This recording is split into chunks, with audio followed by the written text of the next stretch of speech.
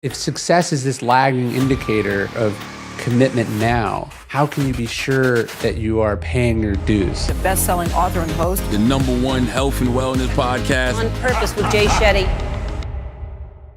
Society has gone in the direction of becoming addicted to pleasure. Yes. Or pleasure seeking.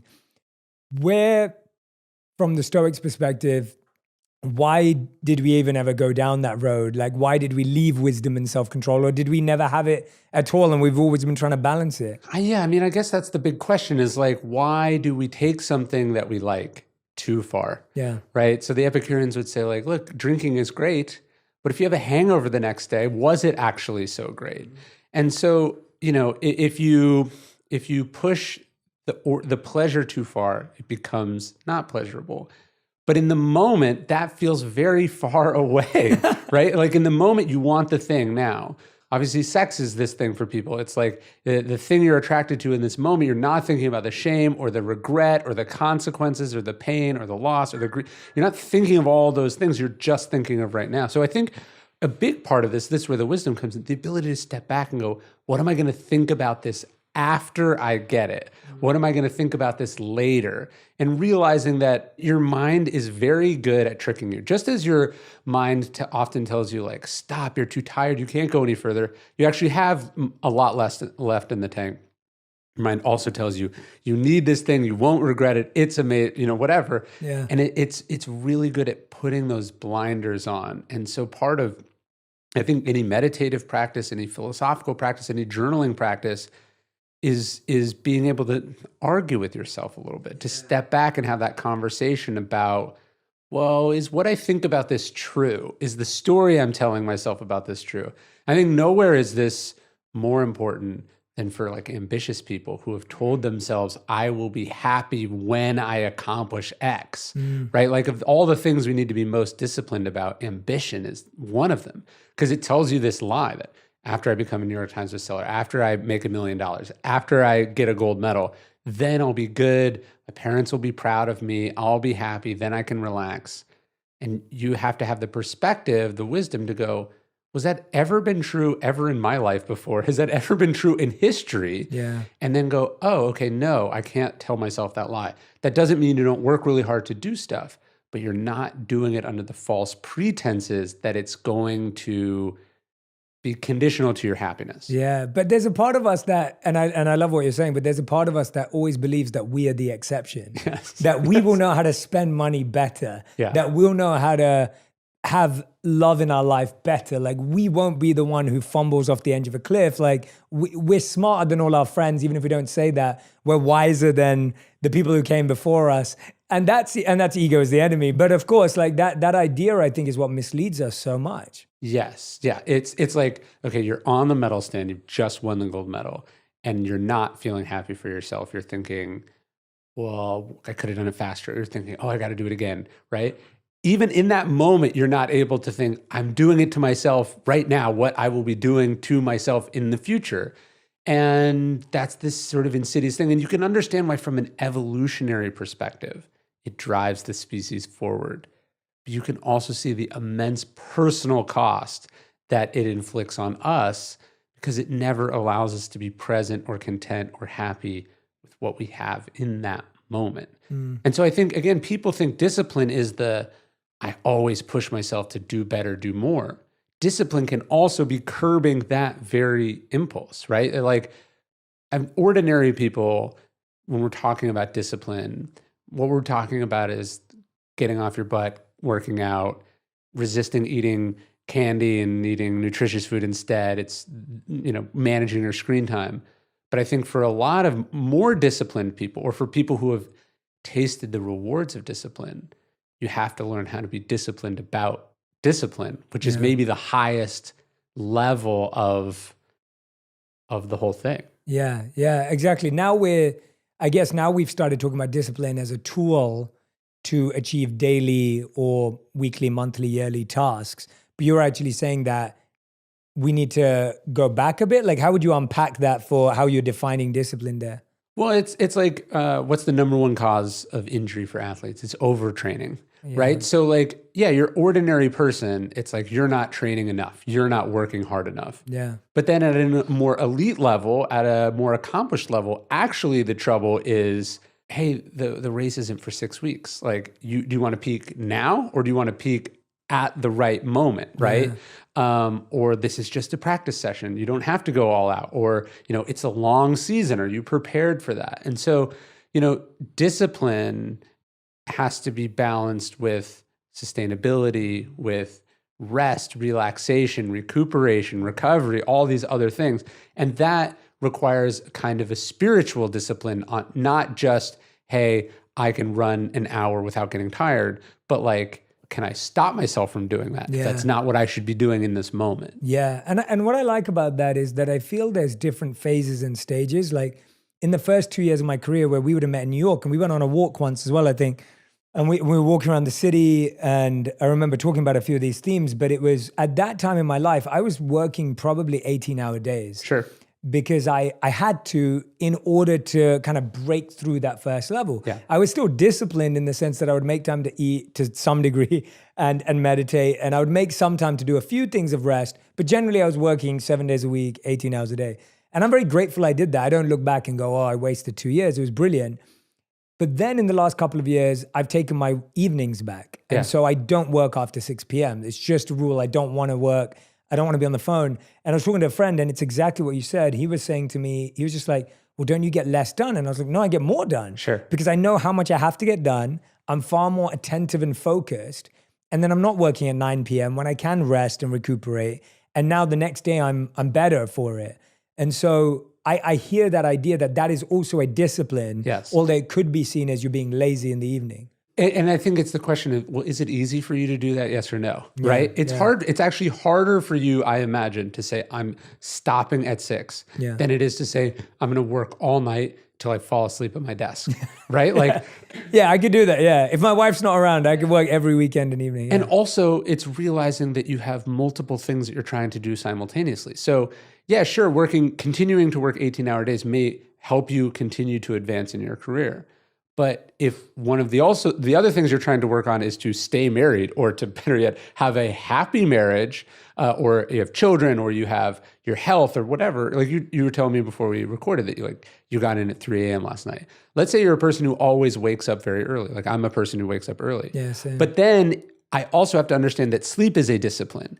And so if some changes outside my control mean that I didn't go to bed to a certain time, the fact that I wake up at 5, that's a bad idea. And it actually requires, you wouldn't think that sleep discipline would be a thing, but in the military, they talk about that. Sleep discipline, you got to get your hours because you make bad decisions when you're not rested. And other people bear the consequences of those decisions. And so deciding, hey, I'm going to skip this thing that feels comfortable to me to do, that feels natural for me to do, that I feel like I'm letting some part of myself down by not doing. I actually have to be the bigger, more self-controlled person and say, in this moment, I'm not going to do that, right? And I think at the end of the day, self-discipline is the ability to have an emotion, an instinct, a feeling to do a thing, and then to catch yourself and go, is that actually the right thing to do? Yes or no? And sometimes it is. Sometimes it's, hey, it's cold outside and it's 5 a.m. and it's still dark and I don't want to get up. But I have to get up because I've made these commitments. I'm behind, blah, blah, blah. Then other times it is to stay in bed, right? Just like, sometimes you feel that surge of temper coming on and you have to go, no, that's not a good, like it's always the ability to step back, put the emotion, the instinct, the opinion to the test. And I think you learn this in meditation. I think you learn this for Stoicism in the journaling of going like, here's the thing, and I can choose it or not. I can choose to identify it or not. It is not me. The Stoics have this word assent, right? Not like ascent up a mountain, but A-S-S-E-N-T. Do you assent to the feeling or not? Do you agree to it, rubber stamp it, approve it, go along with it or not? Do you subscribe? Yeah. Yeah, that's what discipline is about. What do you assent to and what do you not assent to? Yeah, I wonder, I want to go over a tangent. I want to come back to that because I actually really like that point. But a few words ago, there was something that you sparked for me. Sometimes I feel like with work, it's doable. Sometimes with even our partner or with friends, it's possible to say no, to be disciplined. I find like, and I want to ask you this from your perspective, what about a sense of dad guilt? Like we talk a lot about mom guilt, and if we're speaking to mom, I'd ask about mom guilt in this scenario.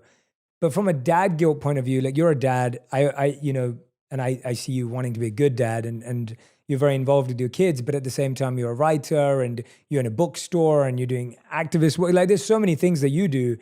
Do you ever feel like that's like the hardest place where discipline? Because it's like, even if a dad comes home at 3 a.m. and the kid wants him at 4 a.m., like, does the dad stay up? Like, what does the dad do? How does it work? Well, it's so insidious. What we do is we go like, I'm doing this for my family, right? And it's like, are you? Or are you doing it for you? Are you doing it for the money? How can you be doing it for your family if you don't see those people as a result of what you're doing? Someone told me many years ago, they said, love is spelled Time. And I think about that all the time. I mean, obviously, I always have things that take me away more than I would like them to be. And I suppose I could do nothing, but that would also leave me unfulfilled. That would not be me setting the example I want to set for my kids. But at the end of the day, realizing that everything I say yes to also means saying no to someone or something else.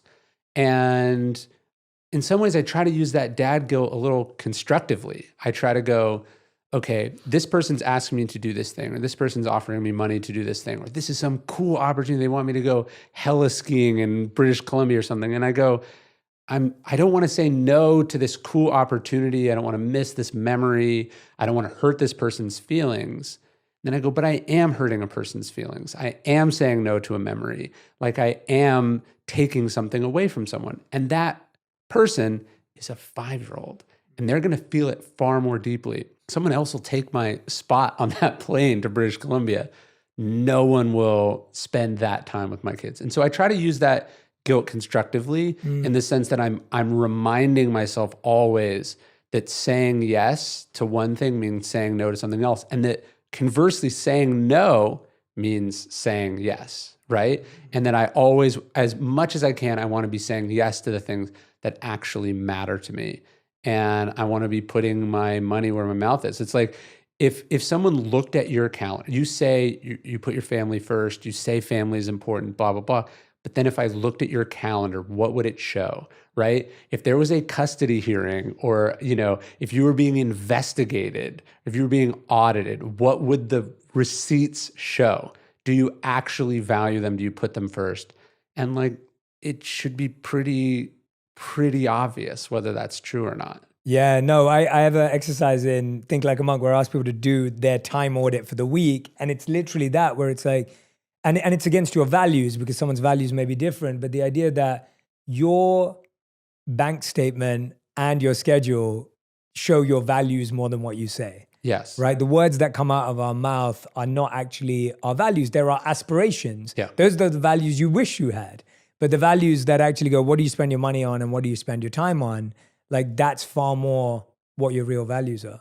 Yeah, I think about that. I saw this interview with Jimmy Carter many years ago, and he has this sort of crisis of faith, and he goes like, if I was put on trial for being a Christian, would I be convicted? Right? So it's not what you say, not what you think, not what you wish, but like, what do the actions show? And I think about that with Marcus Aurelius, who I write a lot about, the Stoic emperor.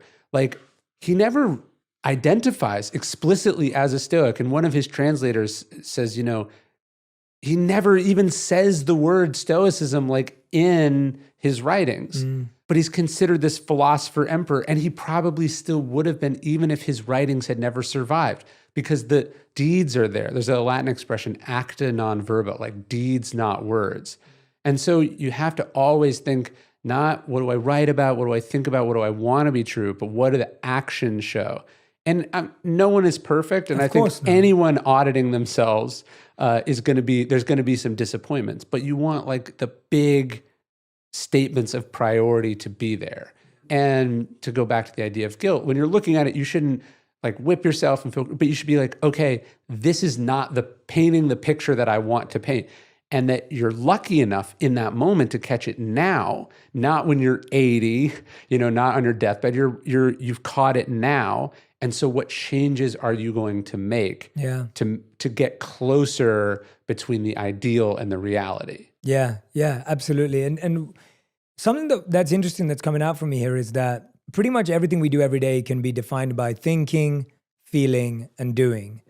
But I think we're living at a time where we're stuck in the feeling generation.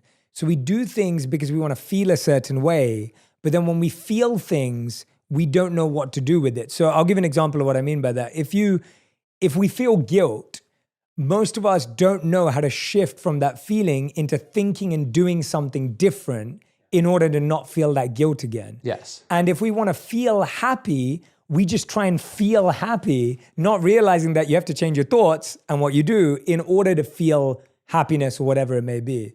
What I'm trying to get at there is like, that to me sounds like a discipline too. Like, but we've gone so into feeling because I think for so long, thinking and doing were the only things talked about, and we didn't feel enough. I think realizing that almost all the things you want in life are accidental byproducts of habits, processes, systems, routines, right? So Viktor Frankl famously said that happiness can't be pursued, it must ensue. It's the result of getting those big things right. And then you just feel this kind of feeling of happiness as a byproduct. You don't, as you said, you don't go, today I must feel happy, right? It's the result of having meaning and purpose and taking the right actions.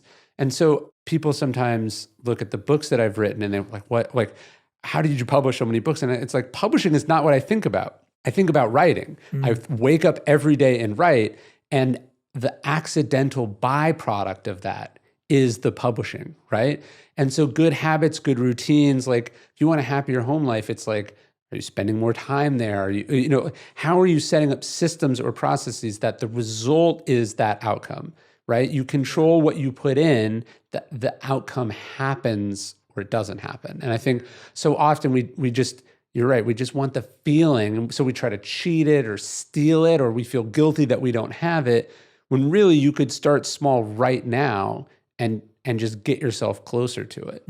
What do you think is the best discipline you've built, like over time? Like, is it writing? Obviously that would be the obvious one, but is there another one that you think underpins that success? Like, is there a discipline you've worked on the longest? Well, I think writing is such a sedentary sort of intellectual, cerebral thing that I try to balance it out with like a physical practice. So I try to do something hard every single day. Running, swimming, biking. I do a walk once a day. Like I do something hard every day.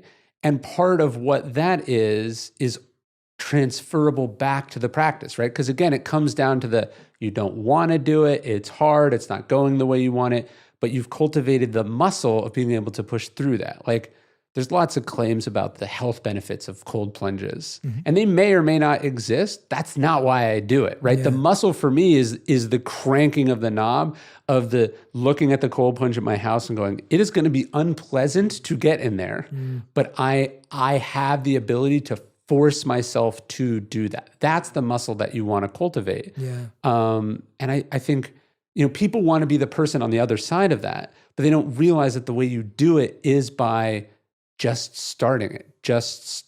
Yeah, it's so true. I can relate to so much of that in my own life. And when you're saying that, I feel like today, most of what I do, I'd say I spend like 75% of my life outside of my comfort zone. I am constantly doing things that demand more from me than I believe I'm skilled and able to accomplish. Sure. Yeah. And in a healthy way, in a good sense, because I feel challenged. And I feel that challenge forces me to grow my skills, which then meet a new challenge, and then that keeps growing.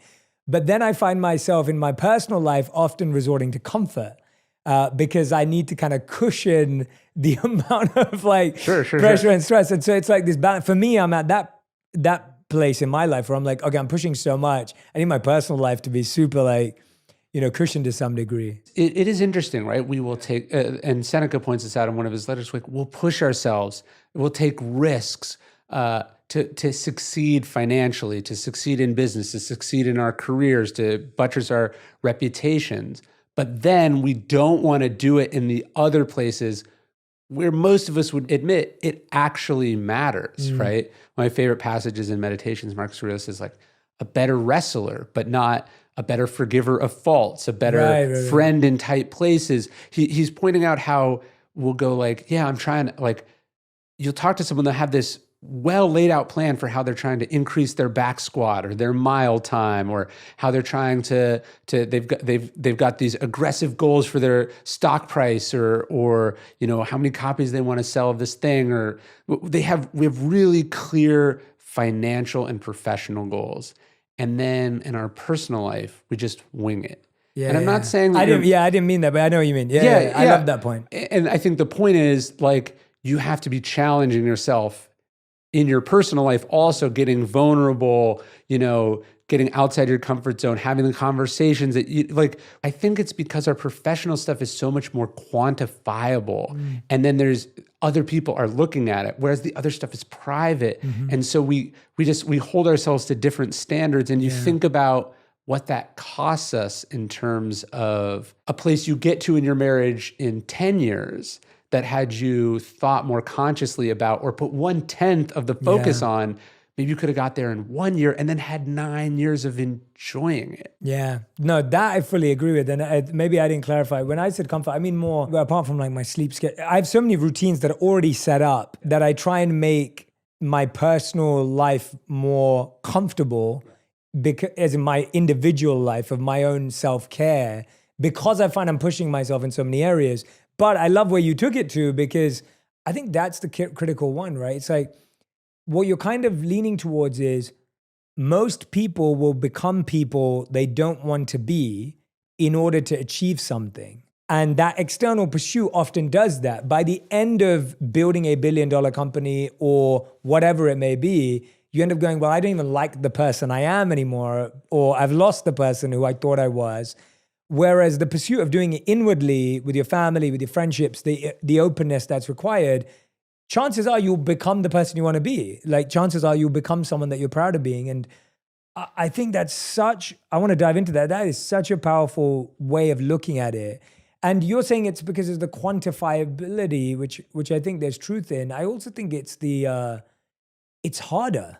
Sure. It's harder because, like you're saying, there's no external reward. There's no number that proves you did it. And it's fluctuating way more because people's emotions, like anyone in your family and friends, you can't control it. You can control or master an algorithm or the stock market to some degree. But with a person, you can't do any of that because you can't set something up and then be like, you're going to stay this way. Well, it's like you get so used to the control and the power that you have from the mastery of your professional domain, right? Like when I sit down to write, I'm in control. I'm comfortable. This is a place that I have carved out for myself. When I am arguing with my wife, or I am dealing with a 3-year-old who's having a meltdown, I'm not in control. And I'm humbled by it. And I'm struggling with it. And I don't feel like I've got it because I have so much less. I've literally never done that before. And I'll have such a short window where I'll ever have to do it, right? It's not like, oh, I've been to this place on a book 12 times, right? Like I've only had one 5-year-old.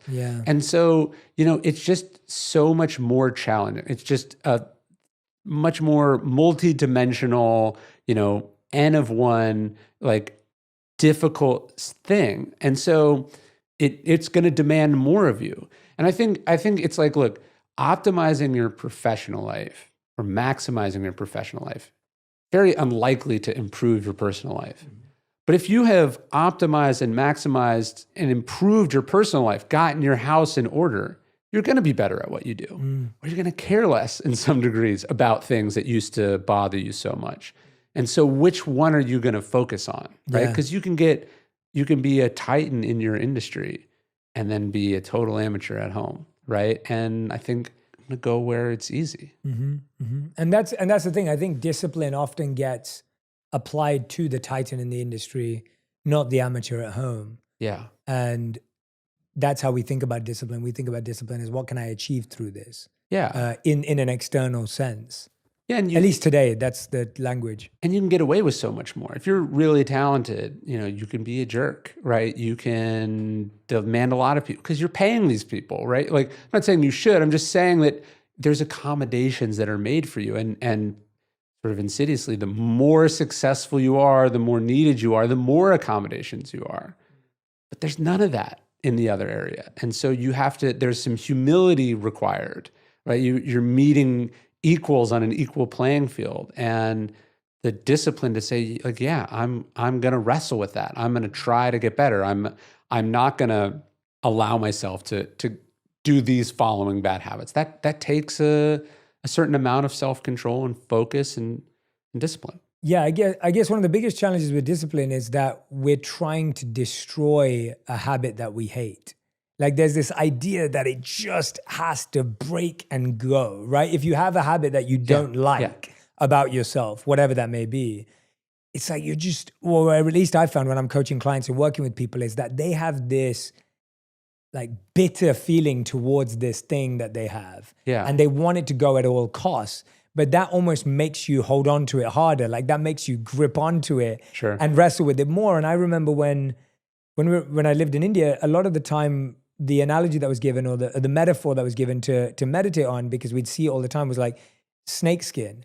And the idea was that when snakes shed their skin, they just slither out. They don't one day just go, I mean, they don't even have. It's not like the Hulk. They're not like the Hulk where it's like, snakes just slither out and then their skin gets left behind and then they'll grow more. And so the idea that it's such a natural, organic process of if you just slither, if you just move forward, you naturally shed.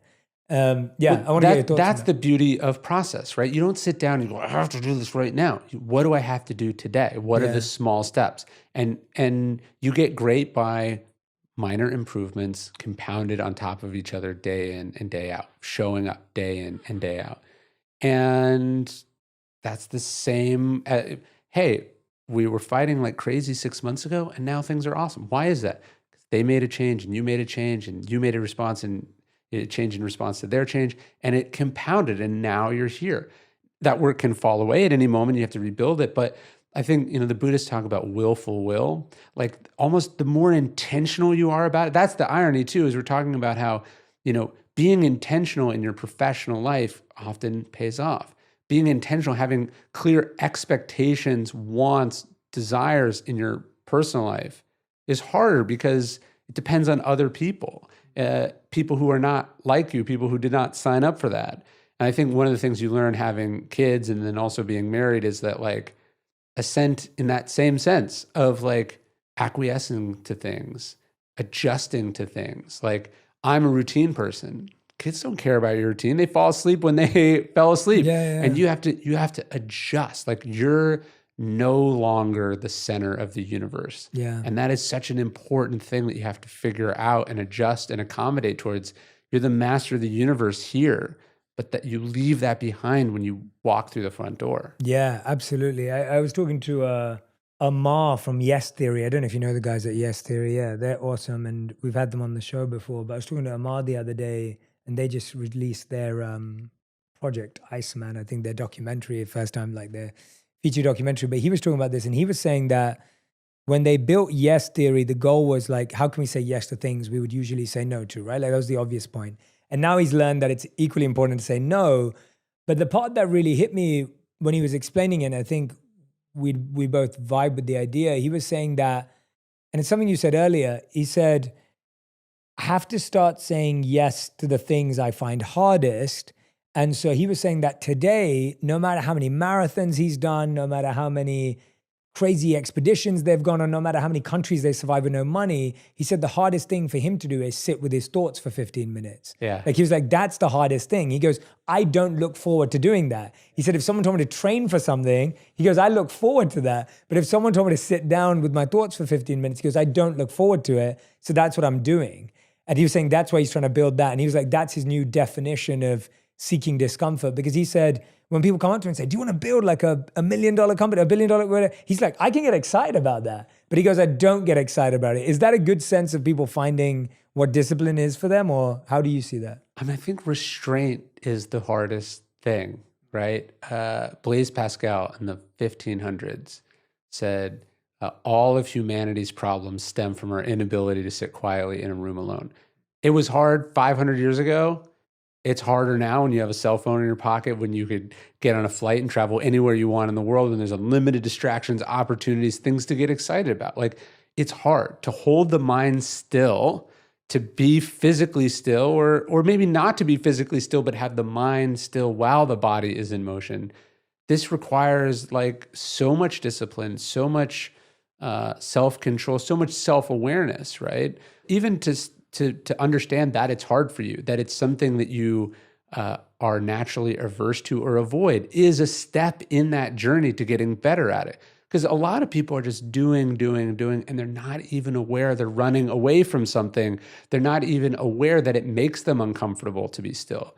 So I think we have to understand it's this journey, and that hopefully as you go, you get more and more comfortable with that. Because at the end of the day, that's the one constant in life. Wherever you go, there you are, as the expression goes. Like, you're there. And if you can't get comfortable with that, can't get in touch with that, you can't see what's there, I think you're going to wake up one day and realize, I did all of this stuff to get away from something that's been inside me the whole time. And that's very, very sad. That's the inconvenient truth of it, right? Like, that's the hard part, that you chased pleasure for so long that you completely missed what was already there. But I think, is it that we don't, what is your take from studying it? Like, is it that we don't know the benefits enough? Is it that we don't like processes enough? Is it that we're just addicted and there isn't because I look at, and I do think looking at very daily habit changes is the easiest way to build the muscle to go, I can do this. So I always give the example of when I met my wife, I was addicted to sugar. Like I genuinely was, and I didn't even know it. I had a Sprite and a chocolate bar every day without thinking about it. It's how I got through college. It was life. When I was a monk, I didn't have either of those things, but that was more of a suppression, and there was lots of other interesting things to do, or I didn't need that kind of energy. When I came back, You're like the convict who's sober in prison. Yeah, just because you don't have access to exactly. it. I didn't have access to it, and I definitely built a discipline where I didn't feel like I needed it, but then when I came back to the real world, all I wanted was chocolate and sugar. And so when I met my wife, it's like, we've been married for 6 years now, together for 10. And she at first she would just educate me. And like, she would just tell me, because she's a dietitian and nutritionist, this is her job. She's laying out all the dangers of sugar. Then she's like taking it out of the home, like it's not around anymore. It's not accessible. And then almost like it's taken 6 years. And I would say now I'm at a place where the habit has really transformed. That's like a 6-year journey. Yeah. And obviously it probably happened like halfway through, I'd say. Like probably it happened 3 years ago where I really started cutting out sugar. But it needed a coach. My wife was the coach. It needed a obedient or submissive student. I trust my wife on this area. It wasn't like, I didn't have an ego about it. She knows more than me about the body. And then on top of that, it needed a focus in the sense that in my health, we kind of did it one at a time without even trying. Whereas like we took out sugar first, we started working out next. Like she kind of did that even unconsciously. It just took so much. And I know obviously with the Stoics, we talk about mentoring and coaching, and there's always this cross learning. But I feel like now we're all trying to do it on our own. We are, and we're also expecting that it just happens, that it's this like epiphany. If knowing what to do was enough, everyone would be in great shape. No one would have any of these illnesses or problems that we have. It's so much more complicated than that. And I do try to remind people that it's a journey that you're on your whole life. There's passages in meditations where Marcus Aurelius is going, you're an old man and you're still losing your temper. You're still worried about what other people think. He's like, you're still afraid of death and it's almost here. And realizing that if the wisest people in the world struggled their whole life with this thing, the idea that you, who were lucky enough to hear about it in your 20s or 30s or 40s, that you're just going to get it, it's naive and it's also unfair to yourself. The question is, are you getting better at it as you go, right? Seneca says, how do I know I'm making progress? And my philosophy says, I've begun to become a better friend to myself. So discipline is not just squeezing blood from the stone. It's not just whipping yourself.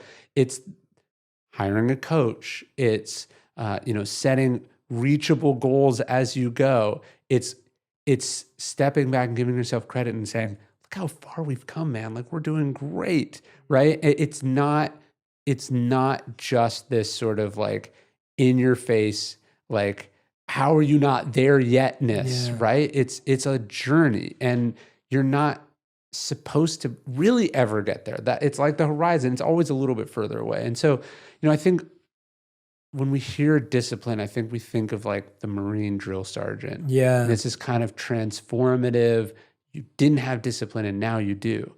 We should also think about it that like having a discipline, it is a thing you do your whole life, and realizing that that's how we should measure this progress. I think though that that's what we're banging our head against, is that the mind has been so far removed from the idea that things take time, Yeah. that patience is required, that one step at a time. Like we hear those things all the time, but there's literally nothing we do in our lives that requires us to move one step at a time anymore. Like it just doesn't work. And we know these examples, like whether you're ordering food to your house or whether you're getting this delivered or whether you jump into an Uber or Lyft. We know that. But I found it really interesting recently. Like I just went through a double hernia surgery, and it's not life-threatening and it's meant to be routine, but it's far worse than the doctors make it out to be.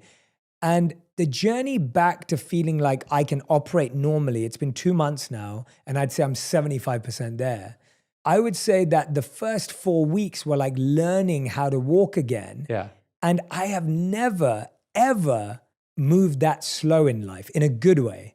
As in that every movement of the body or the mind had to be slow. Yes. Because if I moved fast, I could potentially relapse. Yeah. So I still can't pick anything above like 15 pounds. I'm not allowed. I couldn't for that first month, like walk for the first week, and then I had to shimmy for the rest of it. And I had to like, when I sat down on a chair, I had to be so mindful. I was like, wow, I thought I was mindful. Yeah. And having this surgery has made me the most mindful person ever. I've never eaten that slow because the digestion was harder and there was pain in this area. And so it was the first time in a long time I felt that present. And I consider myself to be a present person. I think at the root of it is this illusion we have that we're in control, right? That we're deciding how things go. And then we have an injury or a problem or something that disrupts it, and we are rudely but also kindly reminded how little control we have. I remember I moved across the country. I was writing my first book.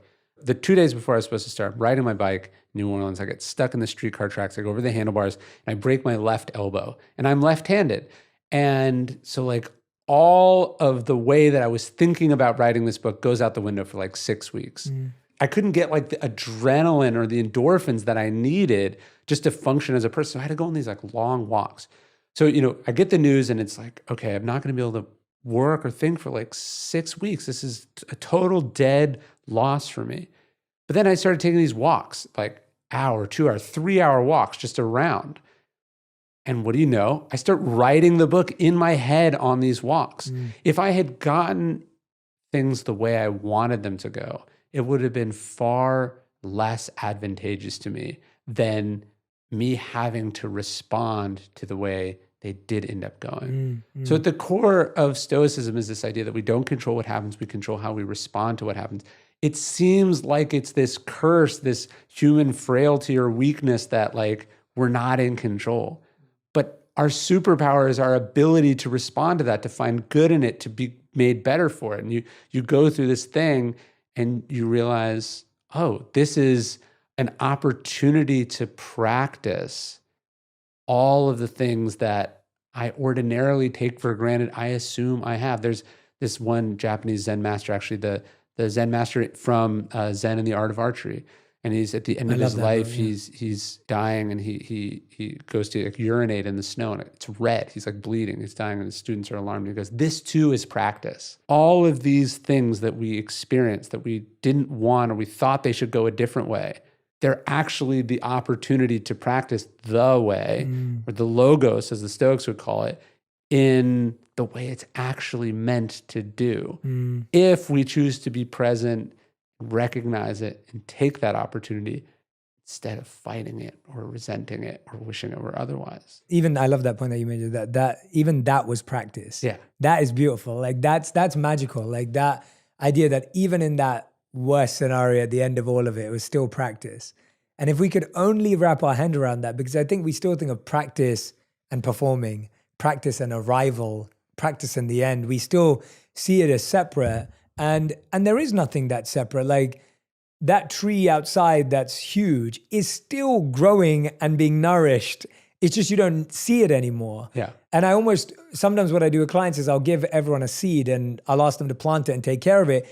And that's like an old way of just learning growth, because it's so painful to be watering something every day and not seeing it grow, only to realize it is growing.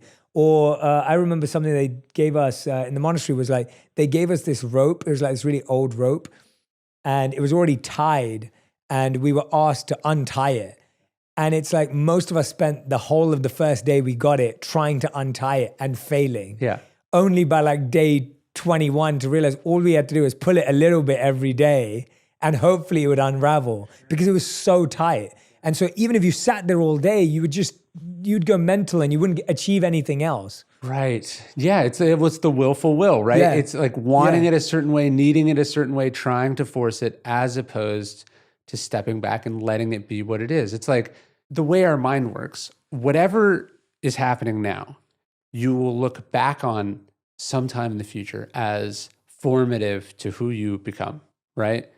And yet in this moment, all we're doing is trying to make it something other than it is, right? Like we will look back on COVID and see the good in it, the lessons that came from it, the reminders it gave us, the weird experiences we had, the connections, all of that. We'll look at that. But in that moment, all we're thinking about is when this will be over, whose fault it is, what it's cost us, right? Freud says in retrospect, the struggle will strike you as most beautiful. But it's such a shame, so unnecessary to deprive yourself of understanding the beauty of it now. Certainly perspective adds to it. It allows you to see it differently. But what if you could just not feel guilty, worried, anxious, resentful? Like, in the future, this will be a story, right? Mm-hmm. You'll have learned, but you could give yourself the gift of at least some of that now by accepting it and just seeing it as what it is in front of you, that it's practice. Yeah, yeah. And the challenge, I guess, is that because we've not had an experience, maybe in our early childhood or in our teens, where we saw that, where it was like we went through a difficulty, we built discipline, and we got over it, or we learned from it, as you're saying. I find that a lot of people have experienced difficulty, but then they were given comfort or shelter, or the difficulty was somehow removed or left. So you never got the opportunity to build the discipline muscle, if that makes sense. Like my wife will often talk about, like, for her, if she went through a difficulty, like her parents would come and save the day. Yeah. Right? Someone would swoop in and solve the issue. Her sister would do her homework for her. And so as that happened more and more and more, it created this behavior of someone will save the day, that I don't need to build a discipline around this. Obviously, saving is coming from a good place. The other thing we do is we tell, it's so bad that happened to you. I'm so sorry. You're this victim, right? Like the first year of COVID, they would describe for kids that this was like a lost year. And I just remember thinking like how that language, patronizing, but also self-fulfilling that was for kids. Like when I would talk to my grandparents or old people that lived through the Depression or the Second World War, which were, by the way, a lot longer than COVID, they weren't like, oh, it was a lost time. It was a transformative, formative experience that in retrospect made them who they were, that maybe even if you'd asked them if they would have wanted things to be different, they would have said no.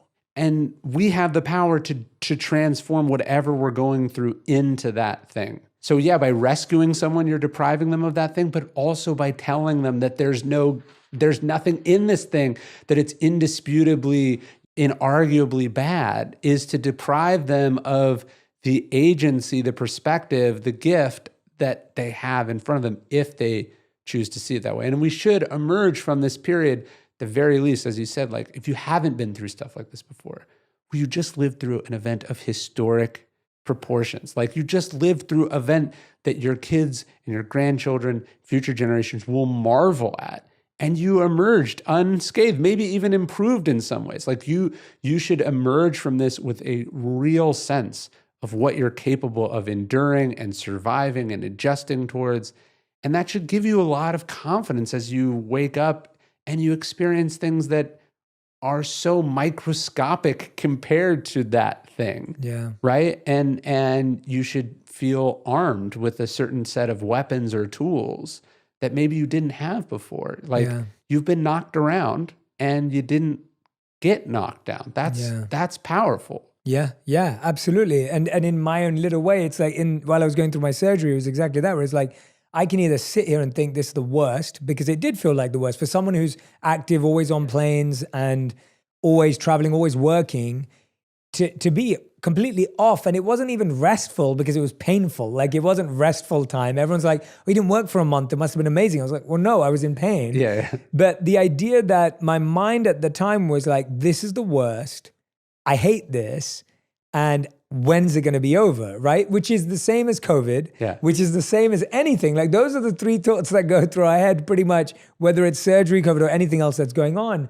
And having to reframe those thoughts in the moment made it become a really beautiful process at the time. And now a sense of gratitude for it having moved on.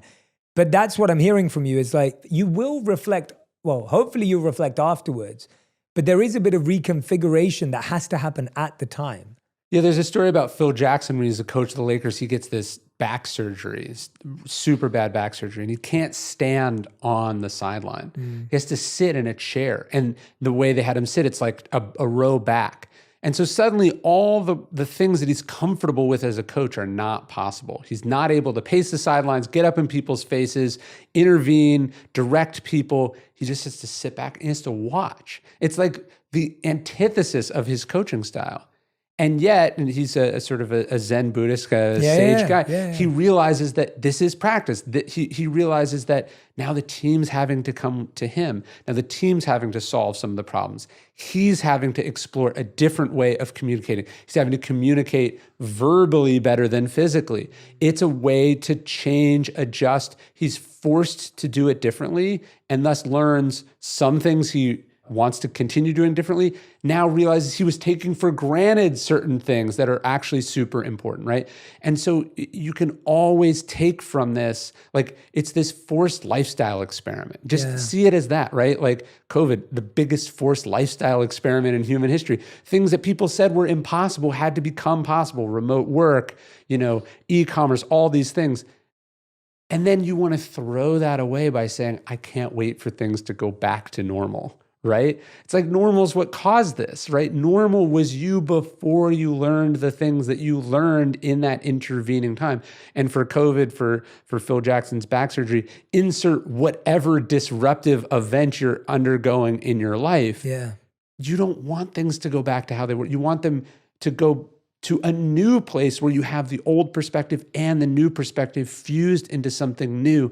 When Marcus Aurelius says the impediment to action advances action, what stands in the way becomes the way, the Zen expression is the obstacle is the path. Same east-west coming to the same idea. It's like this thing has opportunities inside it to make you better should you choose to accept them. Yeah. And that's what I like. It's not the simplistic idea of, and I'm always trying to address this, it's not the simplistic idea of look for the positive in the negative, right? Like that's not what we're saying here. This isn't the idea of like, oh, there's a beautiful side to this. That's not the point. Let's get into that a bit because I feel like people kind of simplify and go, oh no, we'll just look for the silver lining, which is not what we're saying. Well, do you know the Stockdale paradox? No, tell me. So James Stockdale, he studies Stoic philosophy and then he's shot down over Vietnam. He's taken prisoner. It's been 7 years, horribly tortured in this Vietnamese prison camp.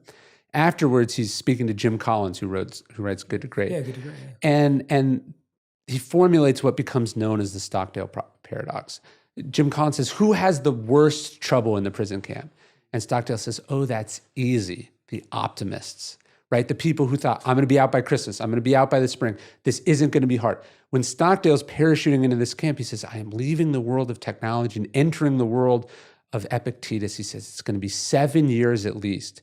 But he said the first step is I had to unflinchingly accept the reality of my situation, which is that I might not get out, which is that I'm probably going to be tortured, which is that I'm not in control, which is that there's so much unknown pain and suffering ahead. I have to accept that. This is not going to be fun. This is not going to be easy. He says, but simultaneously, I said to myself, if I get out, I want to have transformed this into something that in retrospect, I would not have traded away. That's the paradox of what we're talking about. Stuff happens, life gets in the way, you lose someone, your company goes bankrupt, the market shifts, a natural disaster, your life can get flipped upside down at a moment's notice. You have to unflinchingly accept the reality of that situation, the unfairness, the unexpectedness of it, your blamelessness or your blameworthiness for it. And then simultaneously go, okay, I'm not saying this is wonderful, that I'm glad it happened, but I can make choices now that derive positive benefits from this, that make me better for having gone through this.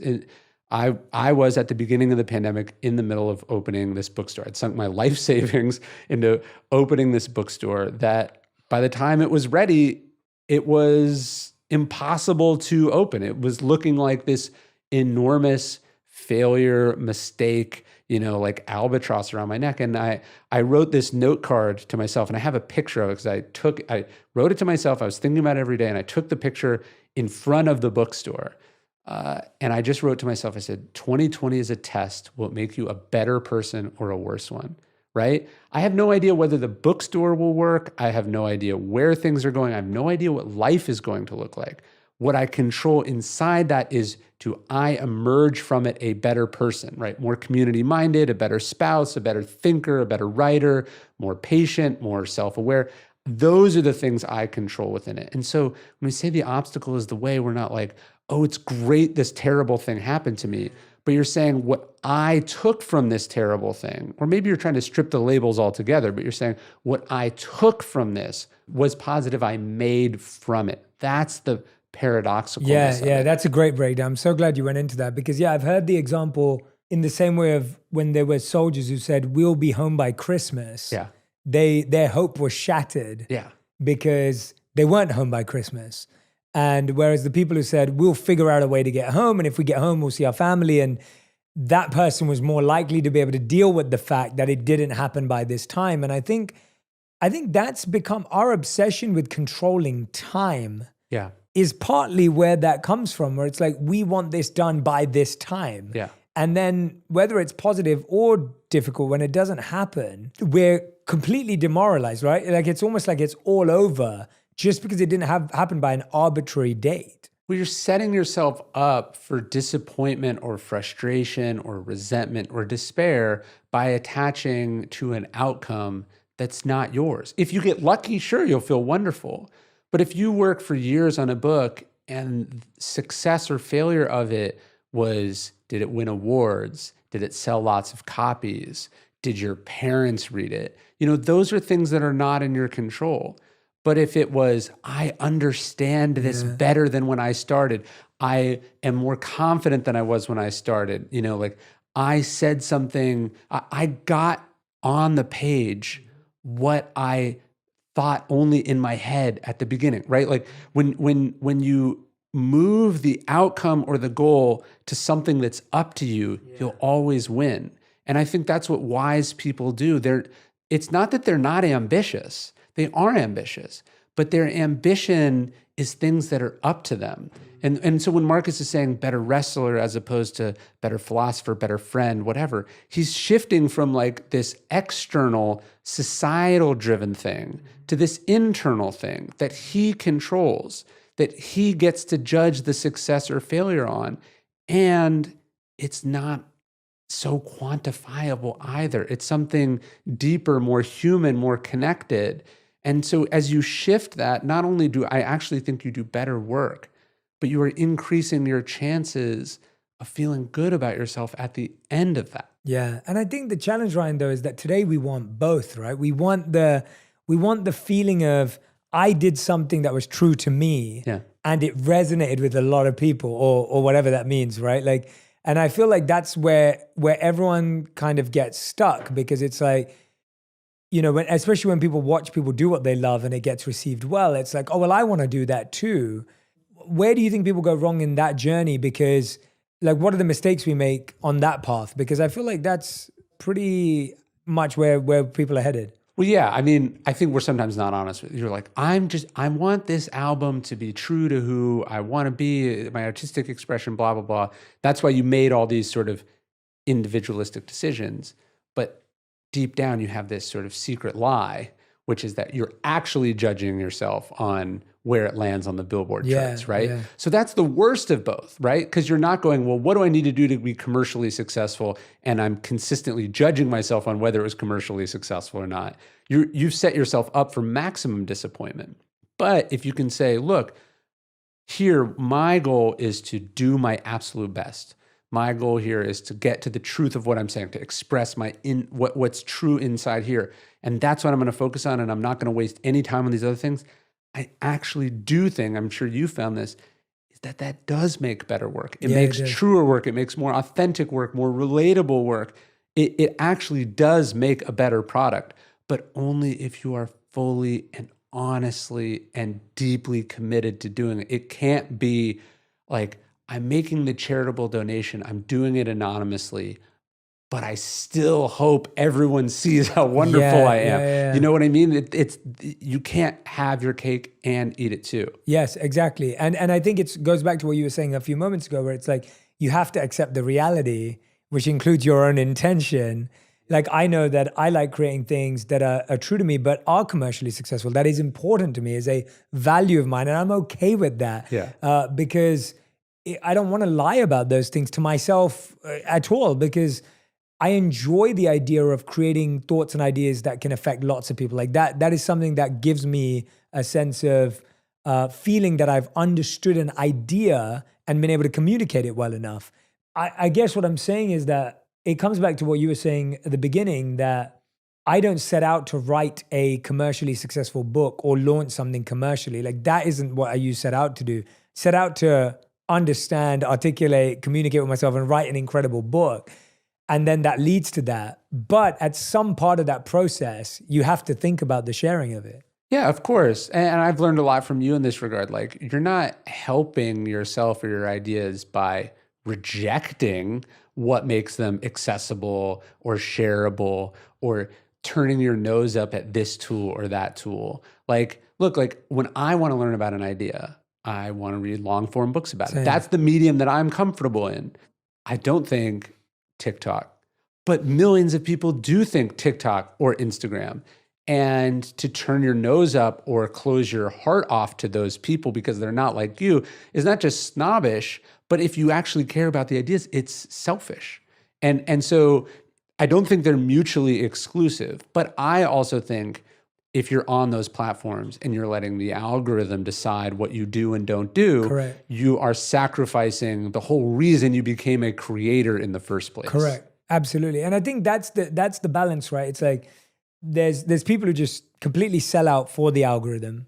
And then there's the selfish creator or the snobbish creator on the other end who thinks they're too cool. Yeah. Like, it's kind of like this badge of honor where it's like, oh yeah, I don't need to do that. Like, I don't care about, and I'm like, that defeats the whole point, because I'm hoping this book was a compassionate expression of service, hopefully. And maybe it wasn't. Maybe it just was a selfish, arrogant move of professing your ideas, and that's like the best thing about it. And so you have sellouts on one end and you have selfish on the other end. And to me, like, service is kind of in the middle, where it's like, service means I understand people's needs and interests and concerns and where they're at, but I also have to serve them what's most beneficial. Well, it's like you meet people where they are. Yeah. And like, there's almost a greed to it. It's like, well, I wrote in a book, if you want to hear it, you can buy it, right? Well, what if they're not ready for that? What if they're too busy for that? What if they already did buy it, but they just need a reminder of it, right? And so there's different, just in the way that, like, look, I also read in English. That's the only language that I speak. But I don't turn up my nose at all these different translations. I go, oh yeah, there's a process. These ideas get translated into those languages and they reach people who otherwise wouldn't have consumed it. Yeah. And understanding that different people have different native languages. Some people like audiobooks, some people like podcasts, some people like this social network or that social network. And that by thinking that, you know, one is superior to the other, in fact, you should be translating your work in all these different areas, long form, short form, audio, video, text, what you should be everywhere that's possible, and understanding that the win is that the ideas are reaching people helping them in their life. If some of those things translate to sales or followers, great. But like, I always think about like, again, what is success? At the end of the day, like if your thing sold 0 copies, but it changed the world, you'd be like, that was a win. Totally. So why don't you just do the stuff that changes the world and trust the process that you'll probably be able to make a living. Absolutely. And most things that do change the world or have an impact started non-commercially, right? Like in that sense of, especially creation or ideas. I mean, maybe not businesses, but ideas. Like when I started creating content, even the first few interviews I did with you, like that whole NASDAQ, I never got paid for that whole series. Yeah. I was interviewing authors every week because I was fascinated by the idea that I get to sit down with people that I find interesting. You're also putting in your hours. You're getting good at this thing. Yeah, exactly. And you're getting good at it. You're enjoying it. You get to meet awesome people.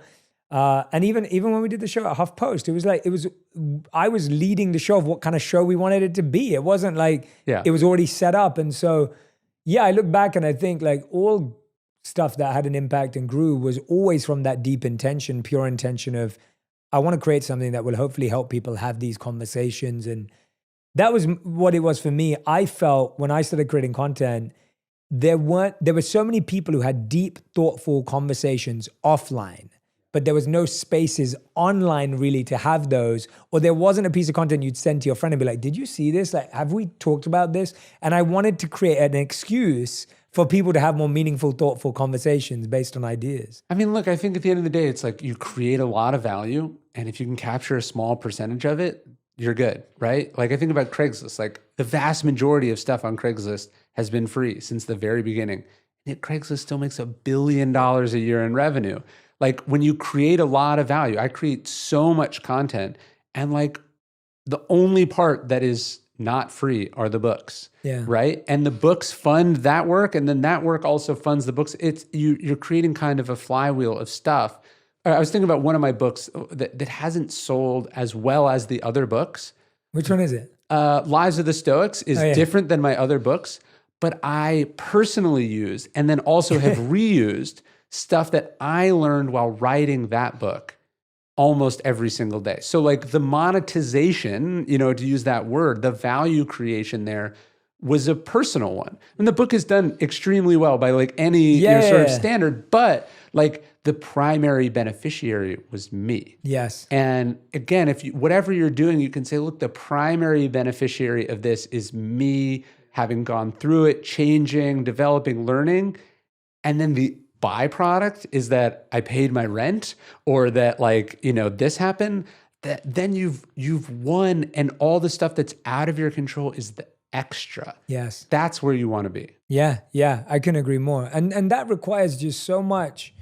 I think that requires refining of the intention. It requires having a sense of belief and confidence. I think for me it was the other, and for you too, from your journey that we've talked about before, like I spent 10 years doing this without any followers or without any commerciality to it anyway, because it was all offline. Yeah.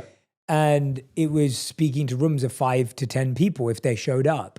And so it was like, for so long, I was doing it without any care of how far it went, because it was just so powerful. It was so beautiful to live in that world of, even if I had one meaningful conversation with someone after an event, that would make my day. Like I'd talk about it for weeks. Let me ask you this, because I've been thinking about it lately. Yeah. The work that you're doing now, or that I'm doing now, is the result of work you did a long time ago. It's a lagging indicator of sacrifice and commitment and study and practice from however long ago. Sometimes what keeps me up at night is I go, but 10 years from now, 15 years from now, am I putting in the work doing the stuff now that will pay off then? And how do you know? How do you know if success is this lagging indicator, or growth is this lagging indicator of commitment now? How can you be sure that you are paying your dues? Yes, I'm so glad you said that, because I've been talking to my team about a few things that we're doing. I've literally asked us to find 3 new coaches. Like I've literally gone, I've always learned through one-to-one coaching or mentorship. Like that's my favorite, apart from books, that is my favorite way of learning.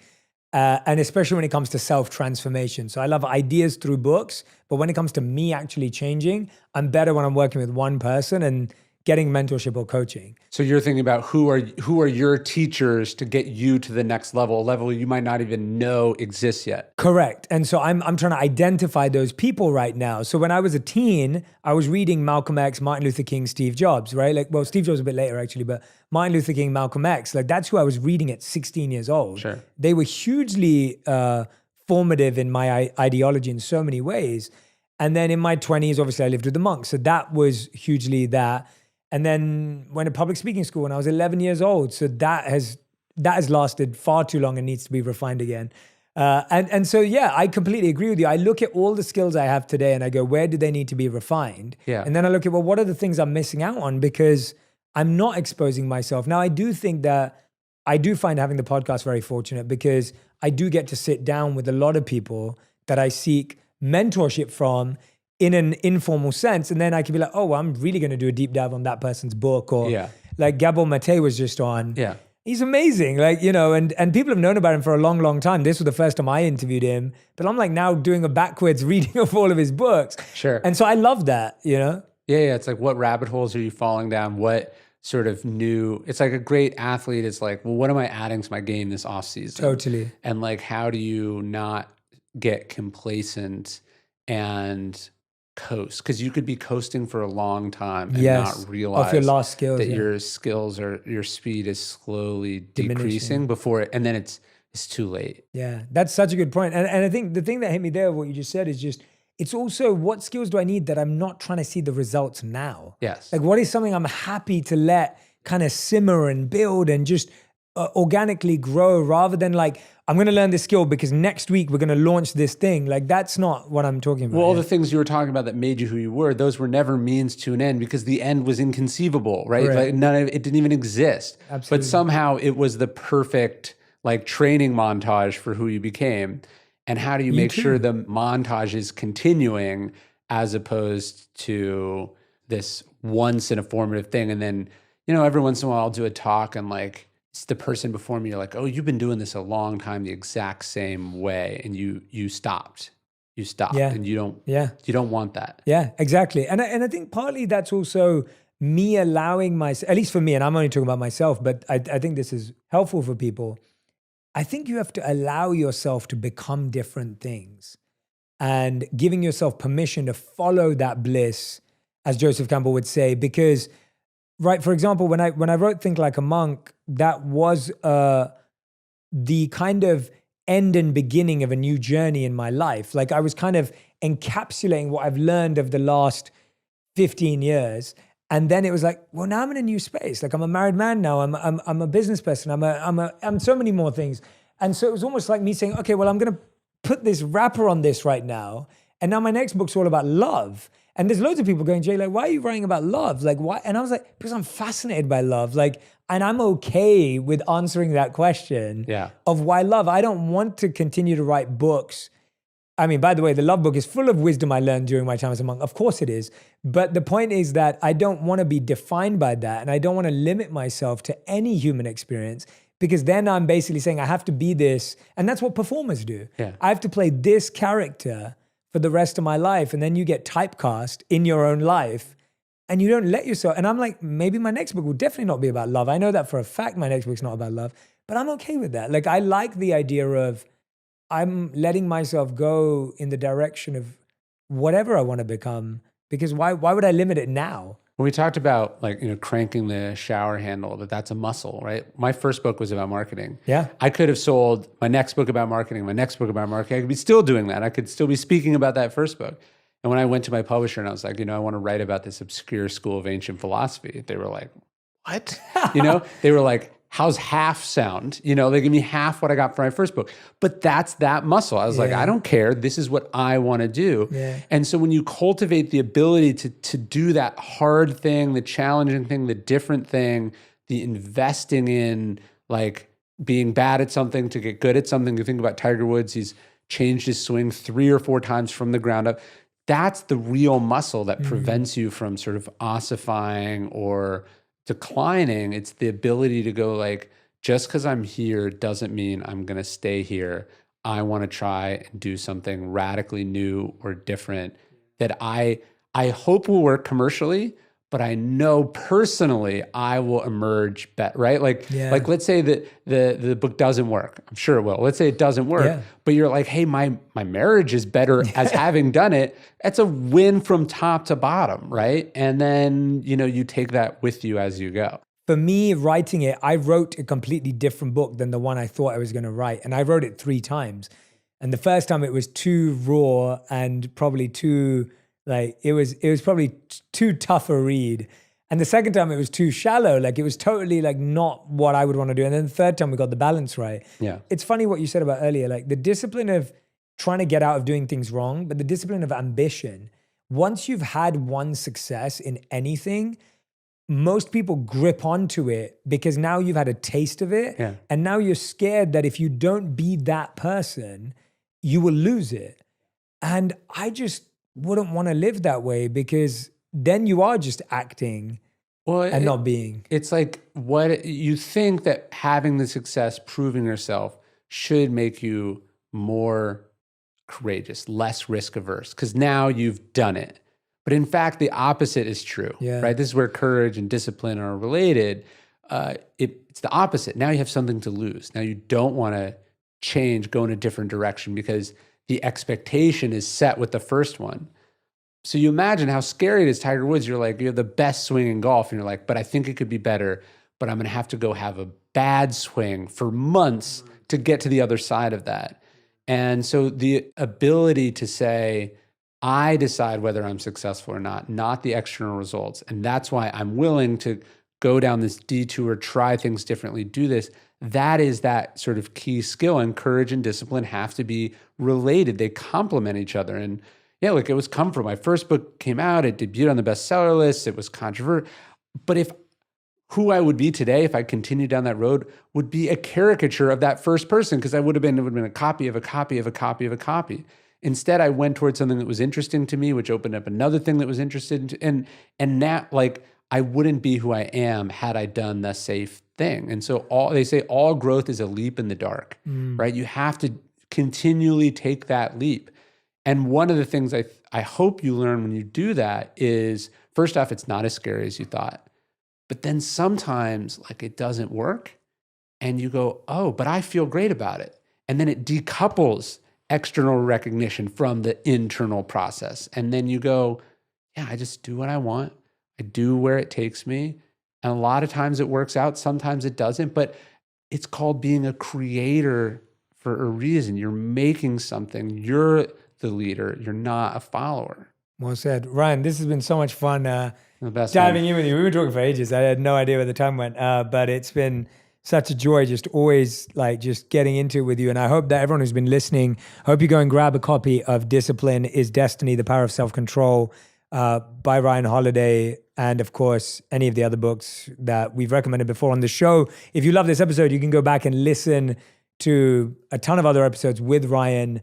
And again, I hope today's episode, I tried not to do, for everyone who's listening, and I've been trying this more recently, I tried not to do a systematic conversation of breaking down how to build discipline, and which, I've been avoiding that kind of hack kind of conversation recently, which I think you've been really resonating with, because I think sometimes the penny that needs to drop isn't the how-to, it's kind of like the churning of the idea in your own self of coming closer to what it truly means for you and making sense of it. So that's been my attempt, at least. And I hope that's coming through. I hope you enjoyed this. Please do give me feedback on Twitter or Instagram. Tag Ryan and I both with your greatest insights, the nuggets of wisdom. And we'll see you on another episode of On Purpose. Thank you, everyone. If you love this episode, you'll enjoy my interview with Dr. Daniel Amen on how to change your life by changing your brain. Everything in moderation, which is the gateway thought to hell. It's the gateway thought to cheating. As soon as you hear someone say everything in moderation, they're going to do something bad for them.